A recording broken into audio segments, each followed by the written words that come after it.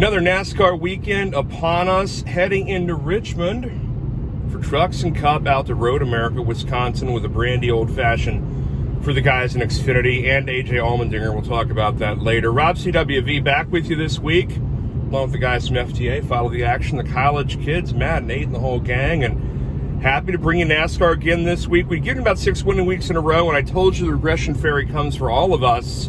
And we hit a mediocre 1 and 3 last week. Give back a couple units if you're doing the math on that with a couple plus money shots. Didn't make it at Pocono. The 3 losses, I was out to lunch in Chandler Smith. Normally a top 5 machine. Terrible.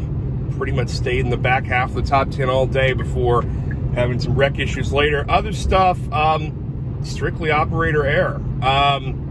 Daniel Suarez never had a chance to go after his top 10 at plus money.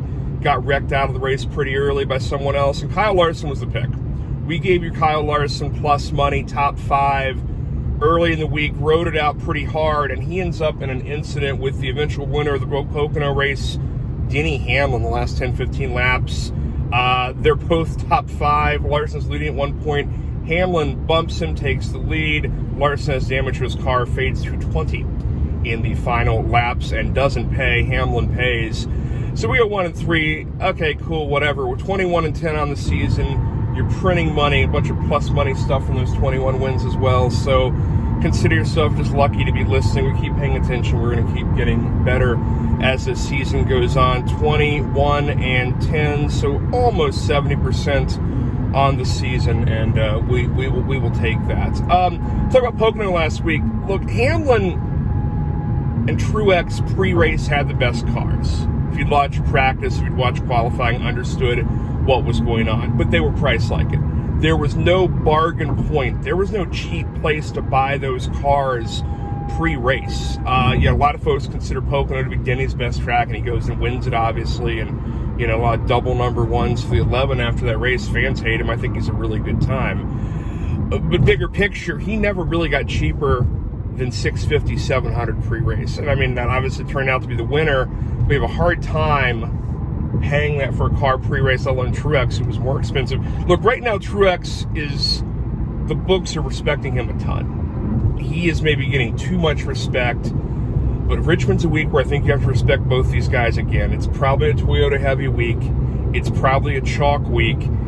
And let's examine Richmond going into this race. We have 3 races now in the new car, the new Gen 7 car at Richmond. The 2 last year looked like what I think a normal Richmond race is going to look like. Old car, new car. Very few cautions. 5 cautions for limited laps. I understand 5 cautions means the 2 stage breaks are cautions. So only 3 real cautions. You don't have attrition. In those races last year, out of your 3 dozen cars, only 2 or 3 go out due to a wreck or mechanical. This is a place where you might not finish on the lead lap. In fact, chances are pretty low. But what you do is you stay on the track. There are very few catastrophic wrecks or injuries. It's a good bit like Martinsville. You're going to scuff up your car, but you're probably not going to break it. So the chance of attrition is less than 10% for anybody, car agnostic, in these races. What we had this spring was weird. In those first 2 last year, you had what I think is a pretty typical situation. You end up with 13 to 16 cars in the lead lap. Everyone else gets lapped, goes down, whatever. Last spring, the 3rd race there, more cautions. 8 cautions for a bunch more laps. And you had a couple late race cautions that happened while there were pit strategies going on. So for that, you kind of look at what's going on with those things. The pit strategies were an issue. And they resulted in like 3 cars in the top 10 being just totally wild. Guys who hadn't run fast all day, guys like McDowell and others basically randomizing their way into the top 10. If you look at the 2 races from last year, both top 10s, I think with the exception of Almirola in one race, were what you would call the top cars. Guys in that top 15 tier, guys you expected to be there. There were no surprises in the top 10s. So don't get tricked this week. You're seeing a lot of cheap top 10s out there. Guys who are in good cars are 6, 7, 8 to 1. I mean, snipe a shot from the back of the room, but don't put any real money into thinking that, getting Austin Dillon at 700 or Eric Jones at 800 is necessarily a great buy. Because the odds of a car that starts outside the top 10 and isn't a top 15 car on quality being in the top 10 at Richmond are not that high. So, okay, I'm talking too much. I'm over-explaining Richmond, but just understand it's a place like Dover. The cream rises to the top. You're not going to get a random winner, most likely. And if it stays on last year's schedule, 5 or 6 cautions, nothing really gets in the way of that. The only thing that could, maybe weather. Look at some weather now. Percentages increasing for Richmond both Saturday and Sunday afternoon. So watch out. That's going to be hot as hell over there. 90s in Henrico or whatever county they're over the line in at the old fairground on the way to Mechanicsville. So anyway, Richmond. Trucks are there as well. There's only 3 data points on truck. They've run through the last 3 years, basically. Got added back in the COVID season. So you don't have a ton of record. What we do know is all the guys who were fantastic last year in truck, who dominated that race, who led a ton of laps, they're all gone. They all went up to Xfinity, or they were like guys like, drop downs like Kyle Busch or whoever from the Cup Series. The only guy who had a real dominant effort last year that remains is Ty Majeski, great on flat tracks. So as far as trucks, not a lot. And they got the lines out super late on truck. Some of the starting lineups, some of the guys who were driving were TBA until very recently. Right now we're talking it's Thursday lunchtime. So there's still not a ton of truck information or bets out there. I'd like some more opportunities. So I don't have a ton on that. What I will tell you in that race, what I do like, I would like to find matchups with Majeski in them. I would like to find matchups with Taylor Gray, with Ben Rhodes, who's been good here before. And Infinger won a race 3 races ago. He won the 2020 race when he was running for Mike Curb and Thor. Those guys, I think, are undervalued. I mean, Corey Heim right now is so good. I've been giving you Corey Heim as basically a repetitive top 5 every week. And then all of a sudden, he's gotten expensive. Instead of being that 7 or 8 to 1 favorite, now he's $350. I love Corey Heim. I don't know if there's any value in betting him this week. So nibble around deep win bets. Tay Gray's out there at 28. Get him at 28, not 2,000. Rhodes, same deal. There's some 2,200 out there. Just nibble around the edges, because if Heim doesn't win, it could go about 5 different ways. Also, Carson Hocevar, sitting out there at 1,000. He is consecutive 4th place finishes on the other 2 flat tracks this season. Decent at Richmond last year, despite, I think, having a wreck and a bad pit stop. Got to a 10th last year. Carson Hocevar is kind of a wild card here. He's running wild and free. He's won 2 races already. He's in the playoffs. He's not stressed. He's probably going Cup racing next year. That's the hot rumor everyone's on. Probably one of the Spire cars or something. But Carson Hocevar is like the new Zane Smith or something. Anyway, nibble on those. If I see any good matchups pop out, I'll send them out to you on the Twitter at RobCWV. So no official truck picks yet. Just some stuff to nibble on. Like I said, Hocevar, Tay Gray, Rhodes, Majeski if he's 600 or cheaper. Maybe Hocevar top 5. You see some of that. Just got to get the price cheaper. 150 would be nice. Okay. As you know, official picks are only the things you see next to my head in big red type. Everything else is me chattering. We're talking about ideas. We're just kicking things around. It's like an office party. Anyway, official picks. Let's pump back to the Cup race. I got a few things. 1, Ty Gibbs over Bubba Wallace. Gibbs minus 115 over Bubba. A lot of places the price is already higher, but I believe you can find it out there. Pictures up to my side here, but Gibbs over Bubba. Gibbs has been good here in one of his 2 Cup races, and Xfinity he has a win and another good finish. Bubba just has universally not been great here, and he's been inconsistent as heck. Toyotas are really good right now, but this has not probably been Bubba's stop. Our safe, super chalky pick for your friend who doesn't like NASCAR or know what to do, Hamlin, top 5. This is home track. Could win here. Truex could win here. This is a track that suits Bell, but he's been real inconsistent of late as well. Hamlin top 5 feels really, really safe.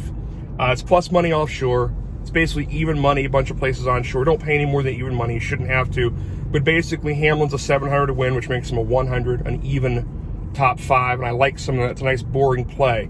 I also like Truex top 5, but he's so expensive. This isn't going to get any cheaper.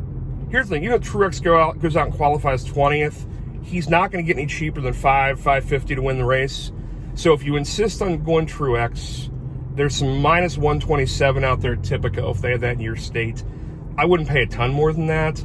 But Truex right now is seems to be where Larson was a couple seasons ago. Things are just automatic for him. And unless he gets wrecked or has a mechanical, which is, again, Richmond's the least likely place for that to happen, Truex slightly juiced top 5. It just feels like a nice vanilla play. He or Hamlin both probably up in the top 5, barring weather or wreck or something dumb like that. Where we're taking a shot, a little deeper threat. We took one last week with Suarez and got burned. I'm going to go big plus money here. Alex Bowman's been good here. He's won a race here. He's been kind of a top 12 machine here over the last several races.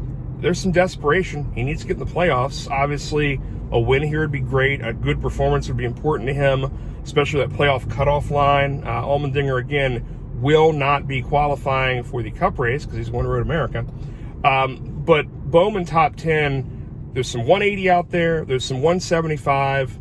Buy some Bowman. Of the Hendrick cars, I still don't know how we trust Elliott.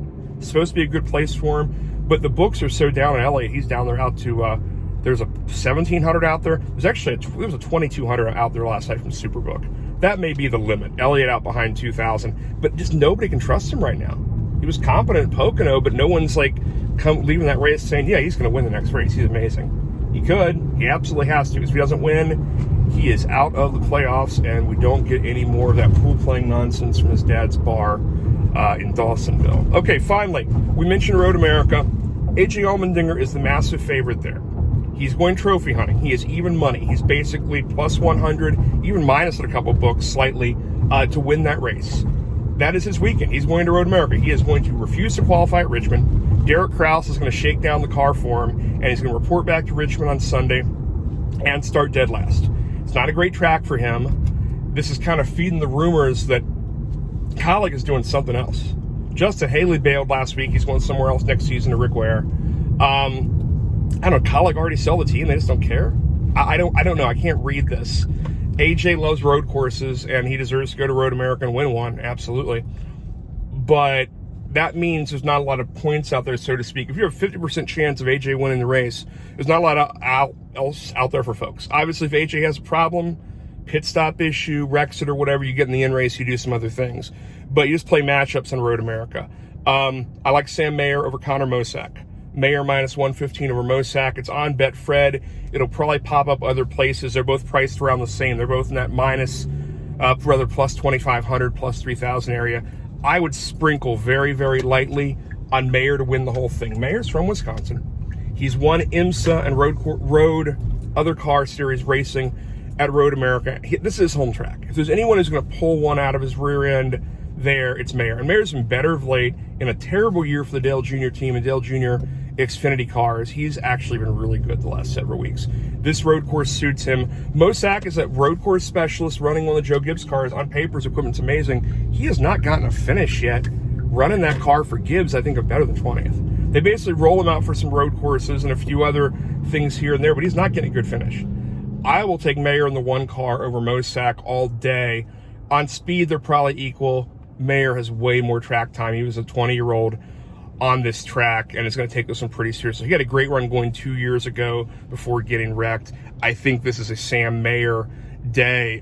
The rest of it, what I'd be looking for, the only other thing I really want out of that race is I like Nemechek. He's priced as cheaply as $1,800 to win. Again, if Allmendinger's in here even money, betting anyone else to win seems silly.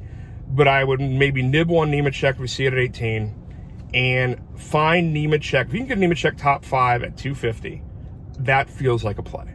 Until further notice, Heim and Nemechek priced right are great top 5s every week. If you can find Nemechek top 5, cheaper than 200. There's some 180s out there. I wouldn't pull the trigger on that yet, but John Hunter Nemechek 200 or cheaper, top 5 feels like something we should try here. Only other thing I like at large is I like Blaney.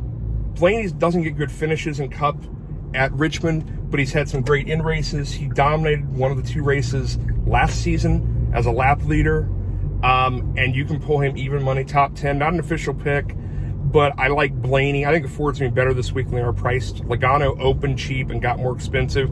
I think Blaney's going to qualify well and bring it down. But if you want to nibble on Blaney to go all the way outright, there's Blaney 25X and there's Blaney 22X out there that are pretty easy for you to find. So let's get better this week. 21-10 on the season since the All-Star break. More NASCAR. Road America for the Xfinity. Cup going double Richmond. I'm Rob CWV. Thanks to the FTA guys. Thanks to college kids. Thanks to Matt and 8 and the whole gang. Thanks for joining us.